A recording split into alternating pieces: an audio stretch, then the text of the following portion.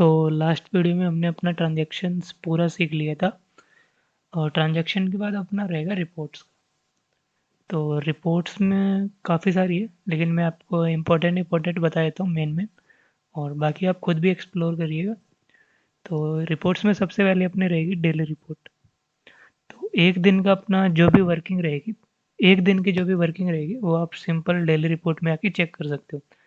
जैसे मैं किसी एक दिन की एंट्री चेक करता हूँ, मैंने डेट डाली, मैंने सर्च किया, तो सबसे पहले मुझे शो होगी आइटम वाइज सेल। जैसे डीजल आइटम है तो डीजल की मेरे पास 2 नोज़ल है, तो दोनों नोज़ल की कितनी कितनी सेल हुई है, और अगर टेस्टिंग है तो टेस्टिंग माइनस होकर कितनी सेल हुई है और क्या अमाउंट है वो मेरे को इधर शो होगा। फिर सेम ऐसे ही मुझे पेट्रोल का अमाउंट और क्वांटिटी शो होगी, और उसके बाद मुझे मेरा स्टॉक भी शो होगा कि मेरा ओपनिंग में कितना स्टॉक था, फिर मैंने कितना परचेज़ किया, टोटल कितना स्टॉक हुआ, फिर मैंने कितना सेल किया और मेरे पास बैलेंस में कितना स्टॉक बचा। वो मुझे यहाँ पे स्टॉक की रिपोर्ट भी शो हो जाएगी। फिर मुझे लुब्रिकेंट्स की सेल शो हो जाएगी यहाँ जीएसटी आइटम सेल के नीचे। उसके बाद मुझे क्रेडिट डिटेल्स में जिन जिन पार्टी को मैंने क्रेडिट सेल की होगी उनकी डिटेल्स मुझे यहाँ पे शो होगी। उसके बाद जितने भी एक्सपेंसेस मैंने किए होंगे वो शो होंगे, जितने भी पैसे मैंने रिसीव किए होंगे वो मुझे शो हो जाएंगे।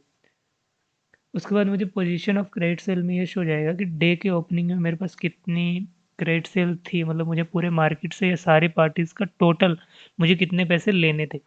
उस दिन कितनी क्रेडिट सेल हुई, टोटल कितनी क्रेडिट सेल हुई, जिसमें से कितने पैसे रिसीव हो गए और बैलेंस में कितने पैसे बचे हैं, कि at the end of the day या at the end of the shift मुझे कितने टोटल पैसे रिसीव करने हैं मेरी सारी क्रेडिट पार्टीज से मिला के। उसके बाद मुझे कार्ड सेल डिटेल में शो हो जाएंगे कि मेरे ऑनलाइन कितने पैसे आए, फ़ोन पे से पेटीएम से टोटल कितने पैसे आए, तो वो शो हो जाएगा। उसके बाद जैसे जैसे मैं डिप की एंट्री करूँगा तो उसके अकॉर्डिंगली मुझे डिप की रिपोर्ट भी यहाँ शो हो जाएगी कि एज़ पर मीटर और एज़ पर मेरा डिप स्टॉक कितना है और क्या डिफरेंस चल रहा है वो भी शो हो जाएगा। उसके बाद मुझे पेमेंट डिटेल्स, जो मेरे को यहाँ पे एक्सपेंसेस डिटेल थी उसका बाइफरकेशन मुझे यहाँ पे शो होगा कि लेजर वाइज की टी एक्सपेंस लेजर थी तो उस पे 50 रुपये मेरे एक्सपेंसेस हुए, और रिसिप्ट की भी जो ऊपर थी उसी की एक्सप्लेनेशन मुझे नीचे शो होगी कि किस लेजर को कितने पैसे दिए हैं। और करेंसी डिटेल जो अपन ने डाली थी कि अपने पास कौन सा नोट कितनी क्वांटिटी में, तो वो आपको यहाँ शो हो जाएगा। उसके बाद जो अपनी मेन रिपोर्ट आएगी वो आएगी कैश स्टेटस की, कि आपको ओपनिंग में कितना कैश था और टोटल सेल में कितना कैश है, मतलब सेल हुई तो कितना कैश आया, और टोटल रिसिप्ट मतलब पुरानी पार्टीज से अगर कुछ पैसा रिसीव हुआ है तो वो कितना पैसा आया है, और टोटल आपके पास कितना कैश है, जिनमें से कितना आपने एक्सपेंसेस कर दिए, कितने आपने बैंक में डिपॉजिट कर दिए, कितने आपने क्रेडिट सेल कर दी, कितने की आपने कार्ड सेल कर दी, और आपके पास at the end of the day आपके पास कैश इन हैंड कितना, वो आपको कैश इन हैंड में शो हो जाएगा। तो ये आपकी डेली रिपोर्ट रही। आई थिंक प्रीटी मच आपका काम सारा इसी के अंदर ही हो जाएगा। उसके अलावा भी काफ़ी सारी रिपोर्ट्स हैं, जैसे आपको चेक करना है कि आपकी 1 मंथ में या 1 साल में जो भी आप डेट डालोगे उन दोनों के बीच में मेरी पेट्रोल की कितनी सेल हुई है, डीज़ल की कितनी सेल हुई है, तो आप चेक करोगे तो सिंपल यहाँ पे आप डेट डाल दें और आइटम सेलेक्ट करना, और आप सर्च करोगे तो आपको शो हो जाएगा date wise item wise sale show हो जाएगी, किस डेट को कौन सा आइटम सेल हुआ है और कितनी क्वांटिटी में हुआ है। यहाँ पे जितनी भी आपकी सेल हुई होगी सारी आपको शो हो जाएगी, और नीचे आपको टोटल भी शो हो जाएगा उन क्वांटिटीज़ का और अमाउंट का। तो ये आपकी आइटम वाइज सेल की रिपोर्ट रहेगी। आइटम वाइज सेल की रिपोर्ट के बाद आपको जैसे क्रेडिट सेल की रिपोर्ट्स भी चेक करनी है, तो क्रेडिट सेल की रिपोर्ट आपको date wise vehicle wise credit sale की रिपोर्ट में शो होगी। तो आप इसमें जाओगे और आप डेट डालोगे कब से कब तक आपको क्रेडिट सेल चेक करनी, और सर्च करोगे तो ये आपको शो हो जाएगी क्रेडिट सेल। जैसे 2 क्रेडिट सेल हुई है, 3 तारीख को हुई है। तो अब जैसे आपको सिर्फ एक पार्टी का चेक करना है तो यहाँ पे मैंने एक ही पार्टी बनाई हुई, लेकिन यहाँ पे जैसे कि जितनी भी पार्टी होगी सारी पार्टीज मुझे यहाँ पे शो हो जाएगी। तो आप जो भी पार्टी सेलेक्ट करके सर्च करोगे तो आपको सिर्फ उसी पार्टी की सर्च होगी।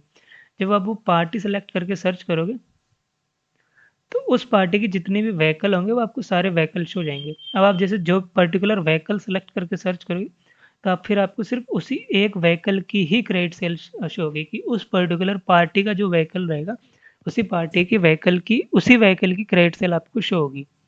तो ये आपकी क्रेडिट सेल की स्टेटमेंट रहेगी। उसके बाद आपको परचेज रजिस्टर में जितना भी आपका परचेज हुआ है कब कब हुआ है वो आपको परचेज शो होगा, और डेली रिपोर्ट मैंने आपको बता ही दी, और जीएसटी आइटम स्टॉक भी मैंने आपको बता दिया था लुब्रिकेंट्स के ट्रांजैक्शन में।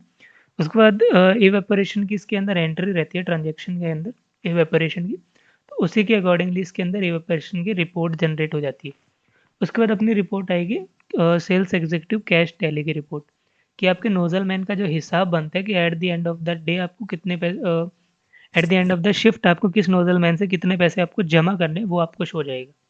तो जैसे कोई कपिल सेल्समैन है, तो उससे मीटर रीडिंग से इतने पैसे आए, और जैसे लुब्रिकेंट वगैरह या क्रेडिट सेल और या बैंक में ऑनलाइन पैसे आए होते, तो वो उसके माइनस हो जाते, और क्या डिफरेंस चल रहा होता है वो आपको शो हो जाता। अब क्या ट्रांजेक्शन के अंदर कैश डिपॉजिट का भी ऑप्शन दिख रहा है यहाँ। जैसे मान लो इस क्रेडिट पार्टी के 39,000, जैसे ये नोजल मैन है, तो इससे आपको 39,650 रिसीव करने हैं। तो उसमें से वो आपको 39,600 दे गया, तो इसके अंदर कैश डिपॉजिट के अंदर होगी, वो मैंने आपको पिछले पार्ट में बताई थी।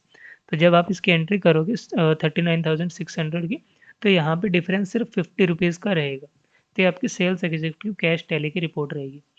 उसके अलावा भी काफ़ी सारी रिपोर्ट है। जैसे आपको जीएसटी की डिटेल्स चेक करनी है, तो आपको जो जैसे सेल करोगे, तो आपके लुब्रिकेंट्स के सेल के ऊपर जो जो जीएसटी आपकी बन रही है, वो आपको शो हो जाएगी कि सीजीएसटी कितनी है, एसजीएसटी कितनी है, और क्या अमाउंट है, वो आपको टोटल शो हो जाएगा इसके अंदर। उसके बाद आपकी जो वैट की भी जो आप एंट्रीज करोगे, उसके अकॉर्डिंगली आपका टोटल पेबल वैट आपको शो हो जाएगा, जो जो आप एंट्री करोगे उस अकॉर्डिंगली। उसके बाद आपको कस्टमर एजिंग रिपोर्ट में शो होगा कि आपकी कोई क्रेडिट पार्टी है, तो उसको ओपनिंग में कितना क्रेडिट है, और कितना क्रेडिट लेके गई है, कितना उसने जमा कर दिया, और कितना उसका बैलेंस है।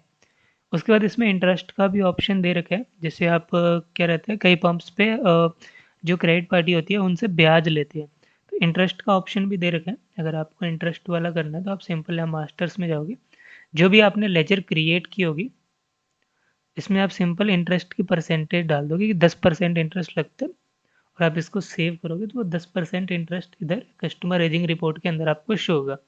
इतने पैसे आपको इसमें रिसीव करने हैं, और इतना उसका ब्याज बनता है।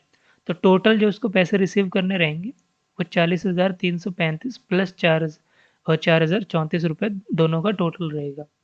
तो ये आपकी कस्टमर एजिंग रिपोर्ट रहेगी। उसके अलावा जैसे आपकी डीएसआर का रजिस्टर या स्टॉक रजिस्टर रहता है, वो भी जनरेट हो जाता है। तो उसका ऑप्शन यहाँ पे है, डीएसआर रिपोर्ट। आप जो भी आइटम सेलेक्ट करके सर्च करोगे, एक्सपोर्ट टू एक्सेल आप करोगे, तो इसकी एक्सेल डाउनलोड हो जाएगी। अब वो एक्सेल खोलोगे, तो आपको डीएसआर का रजिस्टर इसके अंदर मिलेगा। और उसके बाद जैसे आप चेक करते हो आपके स्टॉक रजिस्टर, तो वो आपको डीएसओ रिपोर्ट के अंदर चेक होगा। तो आप जो भी आइटम सेलेक्ट करके इसके अंदर एक्सपोर्ट टू एक्सेल करोगे, तो आपका डीएसओ रिपोर्ट भी इधर से जनरेट हो जाएगी। जैसे मैं आपको बता देता हूँ, आप इसको ओपन करोगे,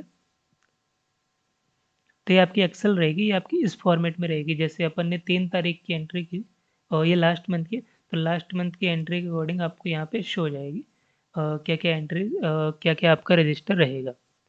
तो आपकी कितना ओपनिंग स्टॉक है, कितने आपके पैसे रिसीव हुए, कितना आपका टोटल स्टॉक है, क्या सेल्स बाय मीटर है, मतलब मीटर के अकॉर्डिंग आपकी कितनी सेल हुई, पंप पे टेस्टिंग कितनी हुई है, क्या क्यूमुलेटिव सेल है, क्या सेल्स बाय जैसे आपने डिप लिया तो क्या डिप चल रहा है, क्या आपका डिफरेंस है डिप में, और क्या क्यूमुलेटिव डिफरेंस है, और क्या आपका रिमार्क्स रहेगा अगर आप रिमार्क्स लिखते हो तो ये आपकी स्टॉक रजिस्टर रहेगा।